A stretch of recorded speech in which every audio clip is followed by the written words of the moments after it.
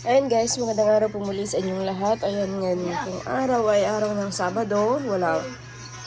Maglalaba po ako ngayon.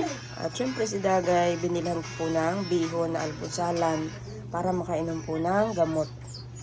Ayan guys. At mamaya po ay maglalaba po ako. Asikaso muna po ako dito sa bahay. Kasain. Bago maglaba. Wala. Ayan guys. At ngayon pong araw ng Sabado, kapagbahog naman na po ako ng baboy. Ayan, at maglalaba naman po ako. Dati anong almusala? Hindi ka maliligo? Pwede ka naman maligo. Mag-init ka lang ng tubig. Ha? Nakaligo pa lang kahapon. Naligo ka ba kapon? Uy, saan? Ayan guys, at dahil nga po nandito po ako sa malapit po sa kapitbahay po namin, ayan, at nakikiwashing po ako dito sa dati ko pong pinapakiusapan na makikiwashing. Ayan, nagbibigay naman po ako ng ng pang-washing para di pa ako mahirapan, kasi kung ako po ay masakay pa sa tricycle para makapunta sa ilog ay mas magastos. Kaya dito na lang po sa kapitbahay po namin na may washing. At pagdating naman po sa bahay, ida-dryer ko na lang po yung mga labahan ko. Kaya hindi na po ako nagpunta ng ilog. At isa pa po ay sasama yung mga bata ay mga inuubo na, kaya dito na lang.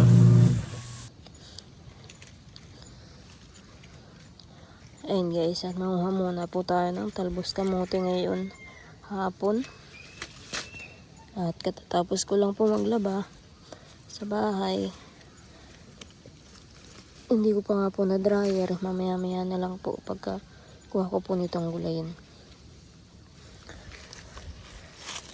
Ayan. Ito po ay papunta Kalabalot. Ayan, titingnan ko po baka may isda po sila balot. Para may pang-ulam po kami ng mga bata. Masarap po itong ilahok sa isda. Yun nga lang, medyo nanunuyo na yung kamote ni Ate Evelyn. Tag-init po kasi ay.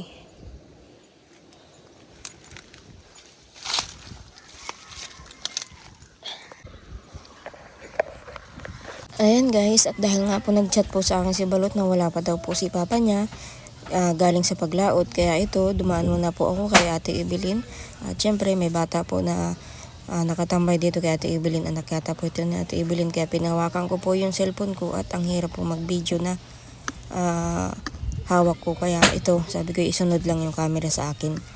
Ayan guys, at nangunguha po ako ng kamote. At panglahok nga po sa kukunin ko pong isda. Ayan guys, at bago naman po ako nagpunta dito ay nag-chat po ako kay Balot. Kasi sila Balot po ay naandun sa mama niya.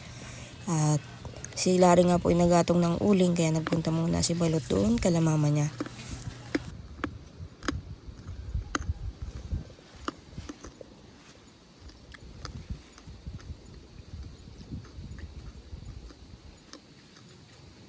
Di na kayo babalik ng Pangasinan at Evelyn? Kaya mula ang mga utang na iyan. Kahit sa ano? Ano? May pabayad na, maghuhulog. Walang magagawa at wala pa. Dinamas ko na dun yung iba at tataniman ko nga ng bago.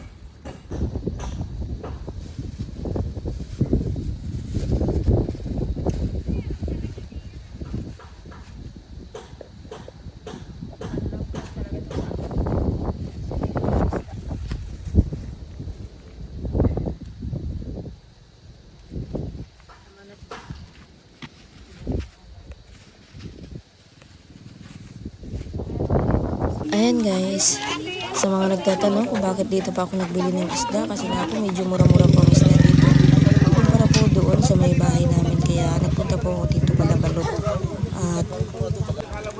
napakamura-mura po ng isda. At syempre, medyo natagalan din po ako ng paghihintay at kinilo muna po nila lahat ang kanilang mga huli bago po sila nagpabenta sa mga tao na gustong makaulam. At ang nabili ko po na isda ay yung assorted, 120 po ang isang kilo. At saka po isang kilo po na yung pong maantak na isda. Isang kilo din po yun, 130 naman po.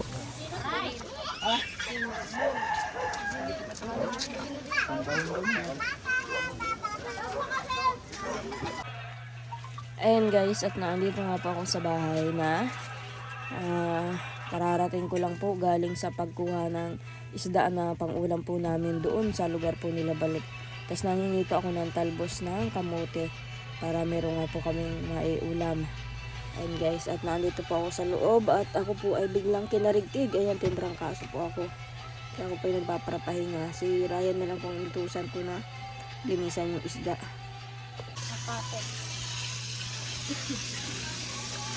Ayan guys, at si Kagaw.